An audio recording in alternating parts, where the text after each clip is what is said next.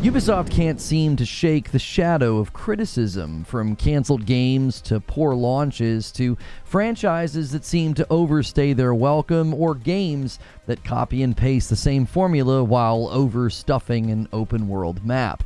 Many gamers have lost confidence in Ubisoft's ability to deliver great games, and they own some of the most well-known pieces of gaming property. So, with Ubisoft Forward around the corner, some are looking to that showcase to see if things can start to turn a corner. And judging by how some of their soon-to-be-released games have been received as of late, they may be fighting an uphill battle. Star Wars Outlaws was announced in 2023, and the lengthy gameplay showcase was met with great reception. Some argued it was one of the strongest showings of Summer Game Fest in 2023, and I went so far as to say it stole the show.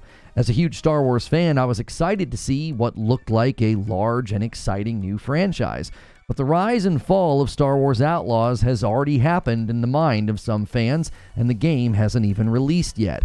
Graphical downgrades or oddities in the story trailer that released early in 2024 quickly came under fire and scrutiny, some claiming it was another game making the lead female character look ugly on purpose, while others felt that the narrative in the story came across as generic or flat. And if that wasn't enough to anger fans, the pricing structure was blasted for being scummy for a variety of reasons.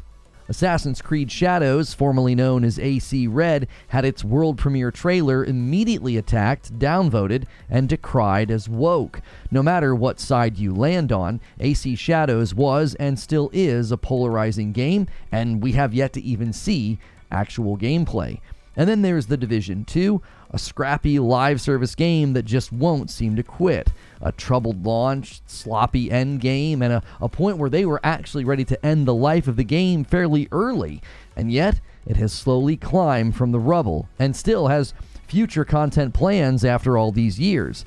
Now, I mention these three games, Star Wars Outlaws, AC Shadows, and The Division 2, because they will likely be some of the main focus of Ubisoft Forward, and I want to share what I think about each and every one of them. Now, every weekday here on Reforge Gaming, I tell you what I think about a gaming topic, and then we go to a live stream so I can hear what you think. So, if you like this content and want more of it, hit like and subscribe. So, up first, Star Wars Outlaws. Described as the first ever open-world Star Wars game, Outlaws takes place between the events of Empire Strikes Back and The Return of the Jedi. So if you're a fan of the movies, this takes place right after the best Star Wars movie and right before the movies never reach greatness ever again.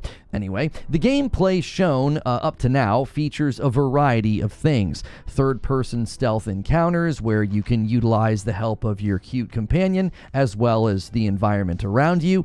Intense shootouts with classic Star Wars blaster sounds matched by the sometimes awkward accuracy of guns in the Star Wars universe.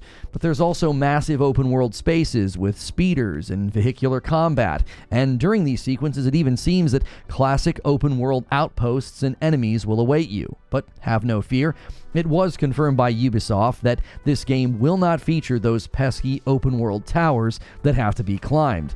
But the gameplay doesn't stop there. Cinematically strong story sections that actually attempt to mimic the camera lenses that were used for movies in the 70s to give it that classic Star Wars feel, and narrative choices that will actually affect the outcome of events.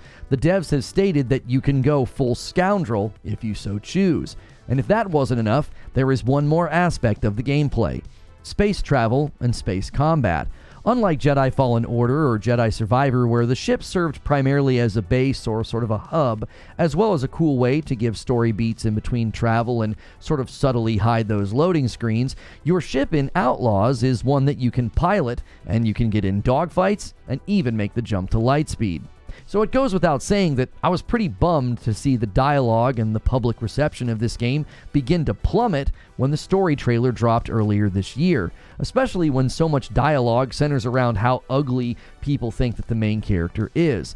Personally, I think the faces and the facial movements during the entire story trailer feel off, not just for the main character, especially when you compare this to the first gameplay trailer. Now, hopefully this is something that can be smoothed over before launch. Maybe this was put together quickly, or maybe it's an earlier build. I'm not really sure. I do have to agree that some of the main character's dialogue also comes across very poorly. Now, it's not as bad as some of those early lines we heard from Forspoken. I'm seeing freaking dragons. But it feels similar to how it's sort of disconnected from the tone and what's going on in the world of Star Wars. Personally, what I think happened is that the engine itself is just not that great at people's faces as well as their hair, and we're seeing footage that's more raw versus that initial gameplay trailer that was probably cleaned up a little bit in some post-processing or rendering. Now, I'm looking forward to seeing more at Ubisoft Forward, and I hope we can see some marked improvements for this game, because this game went from being highly praised and anticipated to being another game blasted with hate and downvotes, and it's not even in the hands of the public yet, which is something that Assassin's Creed Shadows is already very familiar with. What many would describe as the most anticipated Assassin's Creed game quickly became the most debated Assassin's Creed game.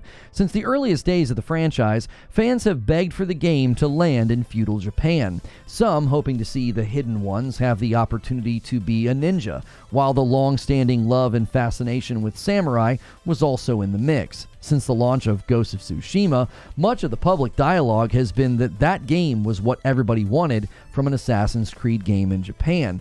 So, you would think that when Ubisoft finally decided to make a game that journeyed to the beautiful war-torn lands of feudal Japan, that everybody would celebrate. Well, when the initial teaser trailer dropped, that was exactly the response. It was a very simple video, and it had a red sun setting behind a Japanese skyline, only to be interrupted by a ninja with a wrist blade, and Assassin's Creed fans rejoiced at the prospect. And when details about the game having two protagonists emerged in early 2023 from the outlet Insider Gaming, nobody seemed to bat an eye. But the cultural conversation around games has become increasingly polarized. Everyone is on edge and on guard for things that feel inauthentic and forced, that they think that ultimately will hurt the game and the story. Now, after looking into all of the claims made about AC Shadows, I simply see no evidence of what everyone is so upset about. It seems like exactly what I was hoping for from the game. And it will likely avoid the main criticism that I was actually concerned about, which is it was just going to be a copy of Ghost of Tsushima, because that is one of my all-time favorite games, but I also really like the AC franchise, and I want them to stay separate. But I also think this game will be far more successful than those campaigning against it are hoping. In my previous coverage of this game, we found that the pre-orders, they were already very strong, and an insider, Tom Henderson, also indicated that the game was already doing very well. I think the gaming world at large doesn't pay much attention to the squabbles of Twitter, Reddit, and YouTube.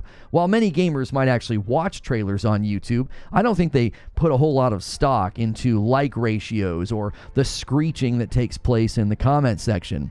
Assassin's Creed has been around for a long time, and the sales have only increased with each release from Assassin's Creed Origins to Odyssey and then to Valhalla. It wouldn't surprise me if AC Shadows takes the crown of the most sold game once it's out long enough, as currently that record is held by Valhalla, but that's after 4 years of post-launch content, DLC, and live events. But if there's a game that I'm somewhat rooting against during Ubisoft Forward, it's actually The Division 2. Now, the reason I say I'm somewhat rooting against The Division 2 is because I have a bit of a strange relationship with the game, so it'll make sense at the end here. I was introduced to The Division 1 at a time where playing a live service looter shooter all day was basically my job, and The Division 1 beta was met with lots of praise and excitement, and honestly, the first playthrough of the campaign was very enjoyable. But Division 1 failed where so many other live service games have failed after it: the end game.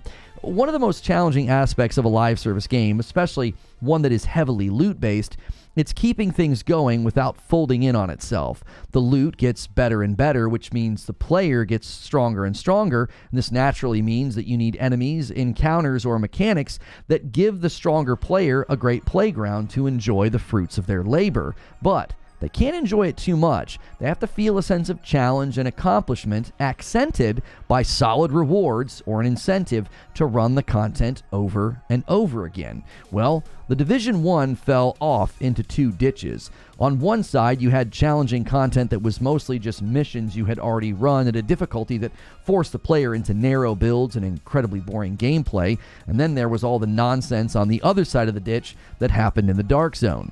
But the main problem with the endgame was you had people stacking health or support stations, and everybody's piling up on doors to slowly shoot enemies that were now apparently made of steel, because this had to be more than a grind. It was a slog. And then they dropped their incursions, which this was basically their raids, and players largely disliked them. It was not until a significant update late in the game's life, it was the 1.8 update, and this is when the opinions about Division 1 started to largely change. It overhauled the loot, the gameplay loop, and it added survival mode, which was one of my favorite things to do in the Division 1 at the time. This gave myself and others a lot of confidence that the Division 2 would be different. They would be able to implement everything they learned from the Division 1 and the pitfalls of the Dark Zone and the praise for survival, and they would be able to incorporate all of that into the Division 2 on day one. Well, that basically did not happen, and the Division 2 felt like a big dose of deja vu. The initial playthrough of the campaign felt great, and the promise of resetting the map seemed to be just what the doctor ordered for replayability. But the world tier system was basically blasted through with simple cheeses like having someone drop loot for you, and the endgame was quickly discovered to be another unappealing mess.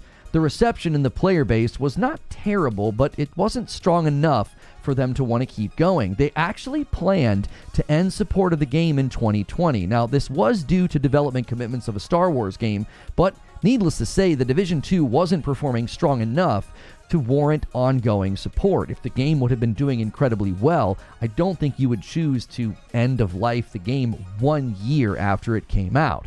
But after the Warlords of New York expansion, they actually saw a path to resume development for the game. The support and the engagement was strong enough that they changed their plans.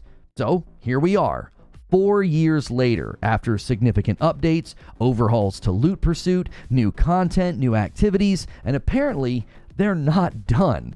But I want them to be. That's why I said I'm kind of rooting against this game. It's time to set this game on a course towards a real and true end and give us the Division 3. A clean slate, a fresh start, a new beginning, all right? I would love to see this land by 2026, at the earliest, hopefully no later than 2027. You have to remember that Division 2 came out in 2019. I think it's time to move on. Now, I don't know if they plan on saying anything about the Division 3 at Ubisoft Forward, but I know they canceled the Division Heartland, which that was a good call, okay? It was basically the survival game mode from Division 1, and they were just turning it into a standalone game. And I said from the very beginning, I don't think that can last. I don't think that's very compelling.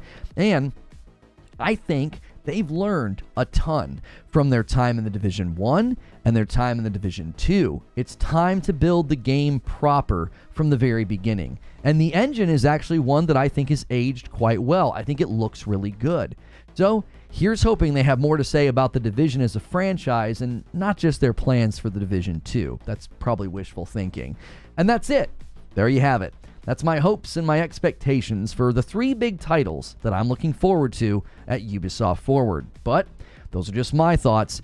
Now it's time to hear your thoughts. And you can do that by leaving a comment below, but we also go from this video to a live stream. That's usually a card right here that you can click on, or there will be a pinned comment below as well. And if you like this content and want more of it, please remember to like, share, and subscribe.